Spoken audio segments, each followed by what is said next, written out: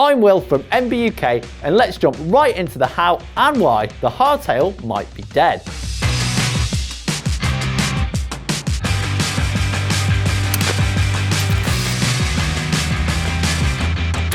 The hardtail has had its day. Or has it? Full suspension bikes are so good nowadays, many would argue there is no need for those rigid rear ends in modern mountain biking. Are they destined to become a cult cycling oddity, or is there a conservation program to save the breed from extinction? I'm not Will from MBUK, I don't have a moustache, but let's jump right into the how and why the hardtail might be dead. But before we explain why it might be going the way of the floppy disk, let's look at what defines a hardtail. A hardtail is a mountain bike with no rear suspension and either a rigid or suspension fork up front. Back in the early days of mountain biking, the clunkers of the day were fully rigid, with no suspension at all. We even checked out the world's first production mountain bike, the Lorwell Knight Pro Cruiser, earlier in the year, and just look how firm that thing is.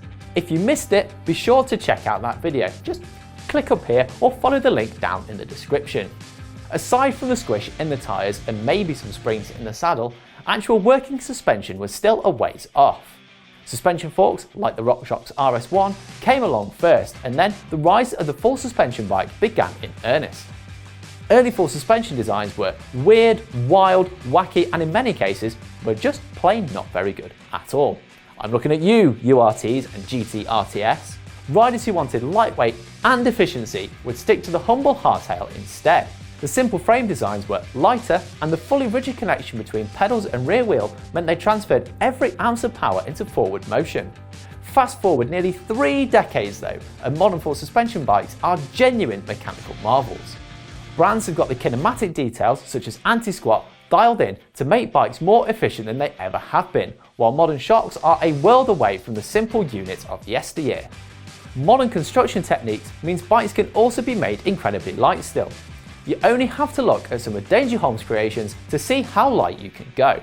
At the other end of the spectrum, with so many riders now choosing to add a helping hand to their riding with an electric bike, the need for reduced weight and highly efficient pedaling characteristics is arguably lower than ever. With a motor to power you along, brands can focus on absolute suspension performance rather than efficiency.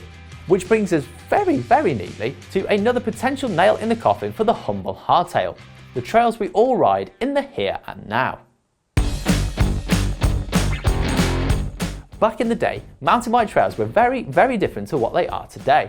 There can be no doubt that across all types of riding, the trails we ride today are generally gnarlier and tougher on our bikes and bodies than those we rode 25 years ago. As such, bikes have evolved to become ever more capable. Hardtails, particularly those with longer travel forks and slacker geometry, can be thrown down most trails in skilled hands. But nothing beats the security, confidence and sure-footedness that a full suspension bike brings. While I'm an advocate of full suspension, I recently built up a BMC hardtail for a video, and actually I really rather enjoyed my time on it. I would have felt more comfortable and confident on a squidgy full suspension bike, but I was also surprised by how capable the BMC was. To see what I mean, mosey on over to that video with this link up there. The modern full suspension trail bike though is lightweight, efficient and more capable than downhill bikes used to be. They can make even timid riders feel comfortable and confident enough to drop into ever gnarlier terrain. And comfort is another area where the full suspension bike is head and shoulders above the hardtail. Even the most dedicated hardtail evangelist will struggle to argue in favour of them being more comfortable for long days in the saddle.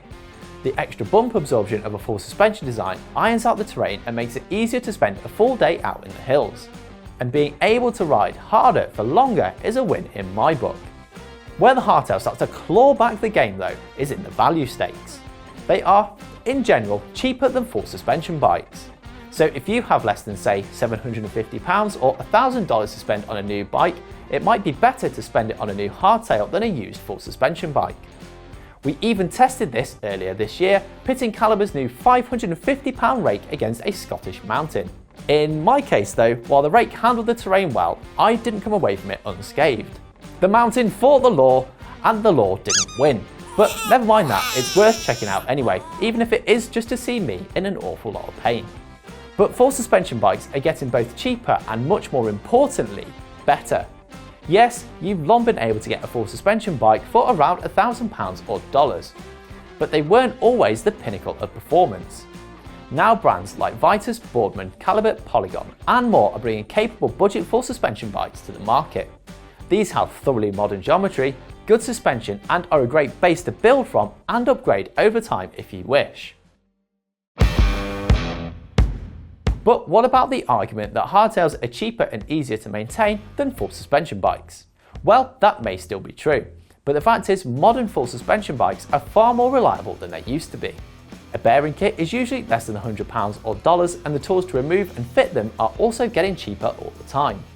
In a world where there's a YouTube video for everything, more and more riders are taking maintenance into their own houses and garages rather than a bike shop. So while the hardtail may technically be cheaper to buy and cheaper to run than a full suspension bike, the gap in ownership cost has never been narrower. For those riders who want something unique, artisan frame builders have often looked towards the hardtail as the base for their muse. We've recently reviewed Curtis's exquisite AM9, BTR has been making stunning hardtails for years, and we've even visited Starling Bikes to see how they put their custom rigs together. These creations are hewn from steel, with the material lending itself to low volume hardtail and full suspension bike production. While historically custom steel frames have been the realm of the hardtail, brands like Starling are showing what can be done with full suspension frames too. Even looking outside of steel, Artisan Bikes will build you a fully custom carbon and titanium lug bike to suit your desires. Even brands like Pipedream and Kotick that don't build their bikes in-house and traditionally have built hardtails are moving over to full suspension bikes as well. All of these brands, among others, are building full suspension bikes for riders who want something a little different to the norm. So if you are looking for a truly one-off bike, you're no longer limited to a hardtail. You can have your custom cake and eat it with a side of full suspension bounce. So, do these compelling arguments point to the death of the hardtail? The performance, cost, user-friendliness and customization options now available means that unless you're on a very tight budget, a full suspension bike makes a good case for being your whip of choice. But of course, hardtails have their fans for a number of reasons. You can say that some will feel more connected to the trail, and for some disciplines, hardtails are still a popular choice. Dirt jumpers and slopestyle riders love their hardtails, and cross-country races are still being won on hardtails under the likes of Pauline Ferrand-Prévot.